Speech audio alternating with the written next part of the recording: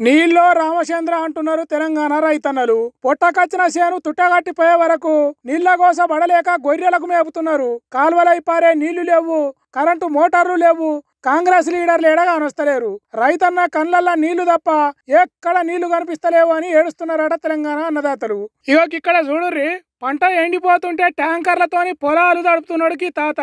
నీళ్లు లేక తిప్పలైతున్నది, సర్కార్ ఏమన్నా సాయం చేస్తుందా అన్నట్టు అడుగుతున్నాడు. ఆర్థిక పరిస్థితి మీ గవర్నమెంట్ నుంచి మాకు సాయం చేయగలుగుతారా? మేము ట్యాంకర్ తో నీళ్లు పోపుతున్నాం పొలానికి. ఇక మార్చి ఏప్రిల్ ఉన్నది కదా, పొట్టకొచ్చింది, ఎండిపోతుంది. మేము ట్యాంకర్ తో నీళ్లు పోతున్నాం పొలానికి. ఏం చేయాలి? మీ కాలువల్ల నీళ్లు వచ్చేటట్టు ఎట్లాగూ సర్కారు చేస్తలేదు. మేము ట్యాంకర్లతో తెచ్చుకునే నీళ్లకు ఏమైనా పైసలు ఇస్తుందా?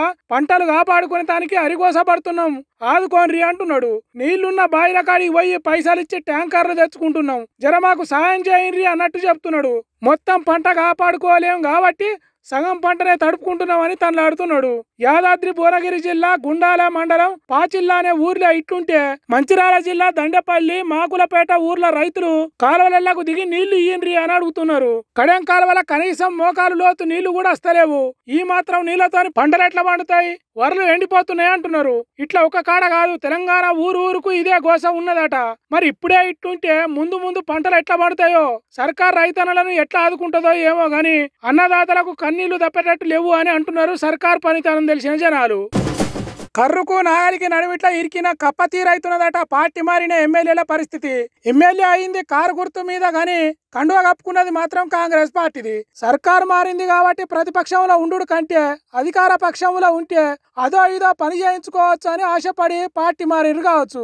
కానీ అసొంటి ఎమ్మెల్యేలకు అసలు భయం ఇప్పుడు మొదలైందట. గద్వాల నుంచి బీఆర్ఎస్ పార్టీ తరఫున ఎమ్మెల్యే అయిన బండ్ల కృష్ణమోహన్ రెడ్డి ఉన్నాడు కదా, అగో ఆయన కాంగ్రెస్ పార్టీ మీదనే కస్సు బుస్సు అంటున్నాడట. నాకు తెలియకుండా నా ఫోటోలు కాంగ్రెస్ పార్టీ ఫ్లెక్సీల మీద వేస్తున్నారు అని ఏకంగా పోలీస్ స్టేషన్ కు పోయి కేసు పెట్టిండట. అగో పోయిందే కాంగ్రెస్ పార్టీలకు, మళ్ళా వాళ్ళ మీదనే కేసు పెట్టుడేంది అని అనుకుంటున్నారా? మరి అట్టున్నది సిచ్యువేషన్. సుప్రీంకోర్టు ఇయ్యబోయే తీర్పుకు భయపడి నేను పార్టీ మారలేదని చెప్పుకునే దానికి ఫ్లెక్సీల ఫోటోలో వేద్దంటున్నాడు కావచ్చు. అదొక కారణం అయితే కాంగ్రెస్ పార్టీ రాష్ట్రాన్ని ఏలుతున్న తీరు, జనాలు సర్కారును తిడుతున్న తీరు చూస్తుండే వరకు పార్టీ మారినందుకు నన్నెంత తిడతారో జనం అని ఆలోచన చేస్తున్నట్టున్నది. అందుకే కాంగ్రెస్ పార్టీ ఫ్లెక్సీల మీద తన ఫోటో వేయద్దని వేసినోళ్ల మీద కేసు పెట్టాలని పోలీస్ స్టేషన్ కు పోయిండట. సర్కారు పనితనం ఓ కారణం అయితే ఇంకో కారణం కోర్టు ఇయ్యబోయే తీర్పు అంటున్నారు కొంతమంది. మరి ఆ తీర్పు ఎప్పుడు వస్తుందో ఏమో గాని ప్రజాకోర్టు ఇస్తున్న తీర్పు తట్టుకునుడు మాత్రం కాంగ్రెస్ పార్టీలతోనే అయితలేదు. ఇక కారు గుర్తు మీద గెలిచి కాంగ్రెస్ లో చేరినా కాబట్టి నన్నెంత తిడతారో అనే భయమే ఎక్కువ ఉన్నట్టున్నది. అంటే చూడుర్రి, జంపింగ్ జపాంగులకు ఎసొంటి సిచ్యువేషన్ వచ్చిందో, సొంత పార్టీకి పోలేక మారిన పార్టీలో ఉండలేక సతమతం అవుతున్నారట.